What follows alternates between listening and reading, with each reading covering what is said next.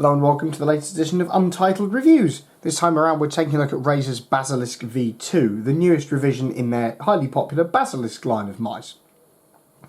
Now, this latest revision is both wired and offers the 20,000 dpi Focus Plus sensor that Razer have been putting into their mice recently. And at a price of $79.99, it isn't cheap for a wired mouse. But bear it in mind that that 20,000 dpi sensor might just be enough to make it a worthwhile purchase. On the front of the box we find a picture of the mouse complete with Razer logo and selling points of 11 programmable buttons, a customisable scroll wheel resistance and Razer's optical mouse switches.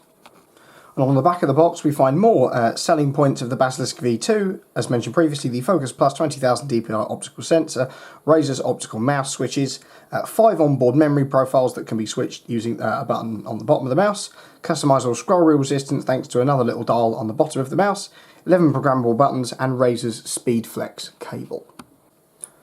Right, so what comes in the box then? Well, the kind of centrepiece of this is the Basilisk V2 itself, as seen on the left hand side, complete with instruction manual, Razer stickers and a small paddle to put on the left hand side of the mouse. In terms of design and build, the Basilisk V2 is majorly made of this sturdy feeling plastic that most other Razer mice are made out of, that's complemented nicely by these comfortable rubber side grips present on the left and right hand side of this mouse, which do help to exude this large amount of comfort associated with it and helps to make the most of its premium feel, although that's perhaps to be expected at a price of $79.99. Now, one thing that I would like to say about the Basilisk V2 is that I wish it were perhaps a little wider for those with larger hands, and with no additional weights or side pods it is perhaps a rather limiting factor. However, a weight of 92 grams does make this a rather nicely weighted mouse, perhaps negating the need for those additional weights that Logitech offer in some of their mice. And I suppose it must be noted that there's 11 programmable buttons here, as the box states. We've got the typical presets of left and right click and the adjustable DPI, as well as the side-scrolling ratchet scroll wheel. But there's also some other buttons, such as these ones on the left here, and the adjustable paddle that you can find bundled in the box. And on the bottom, there's two other noteworthy things here. There's a button right next to the 20,000 dpi sensor that allows you to switch on the fly between adjustable profiles that are configurable in Razer's Synapse 3 software, and this adjustable scroll wheel resistance, so you can decide how kind of hard or easy you want it to be to scroll when using the Basilisk V2. Also worth noting is the 1.8 meter wired braided USB-A cable that comes with it as well. So overall the Basilisk V2 is a rather nice mouse by way of first impressions, but the rather narrow kind of hand fitting does limit it somewhat for some users. When it comes to performance, the Basilisk V2 really does offer an unparalleled gaming experience with that Focus Plus 20,000 dpi sensor. And that performance doesn't just relate to gaming, but also day-to-day usage.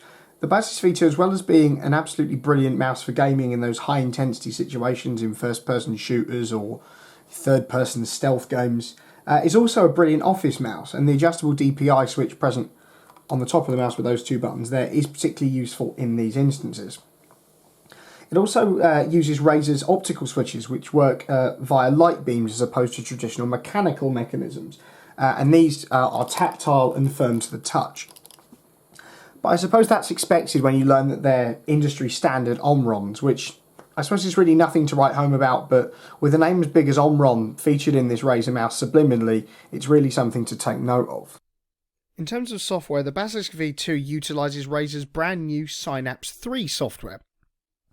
And even without that software, the Basilisk V2 excels with its backlighting as always, despite only using two lighting zones, the scroll wheel and the Razer logo. And Razer's Chroma lighting engine ensures that it's crisp and sharp. Now, Synapse 3, as we've covered before on this channel, offers unlimited possibilities for customization, and the Basilisk V2's 11 programmable buttons can be configured until your heart's content. So, take the mouse button, the left mouse button on the left-hand side of the mouse. You can change keyboard functions, mouse functions, adjustable sensitivity from sensitivity clutch to stage up and down on the fly changes and cycling through them as well.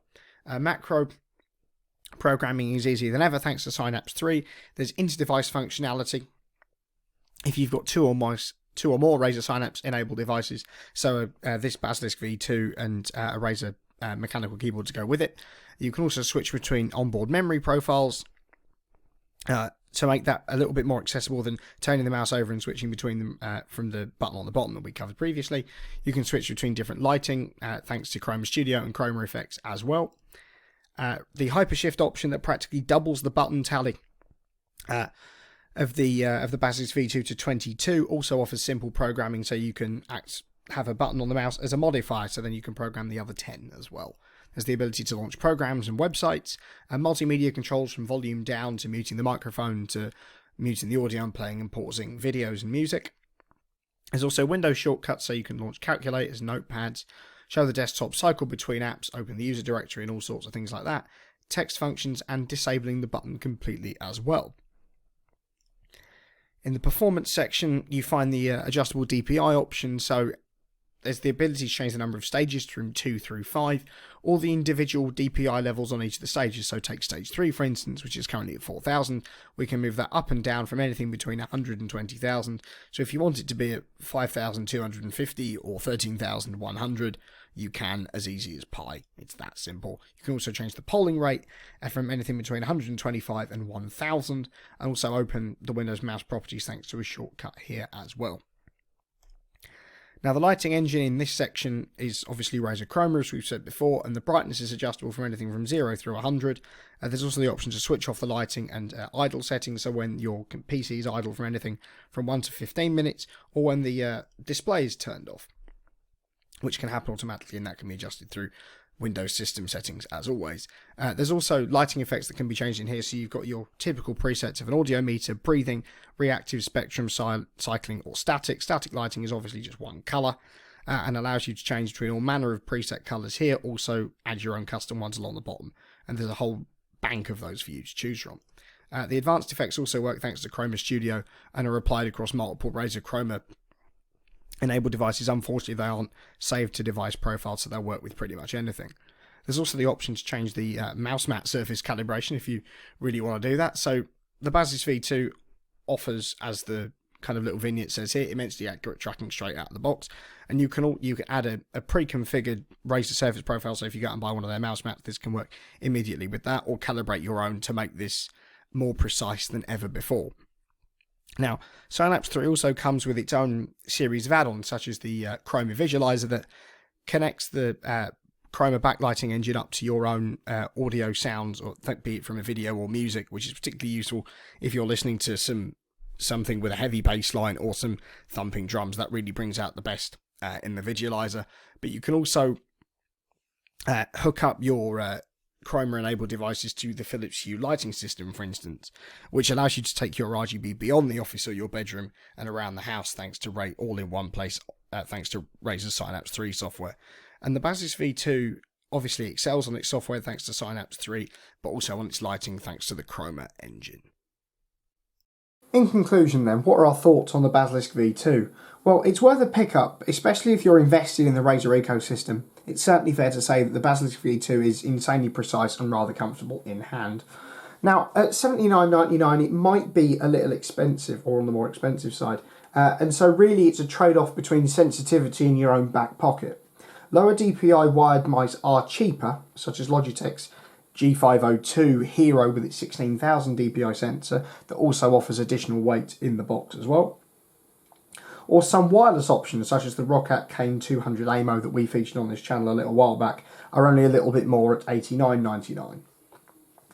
But that being said, if you're in love with the Razer brand and fancy the looks of the Basilisk V2, you'll no doubt be very pleased with this new updated edition. And of course, if you like what you see, we'll leave our Amazon Associates link down below. Don't forget to like, subscribe, share this video wherever you can, and support the channel as well.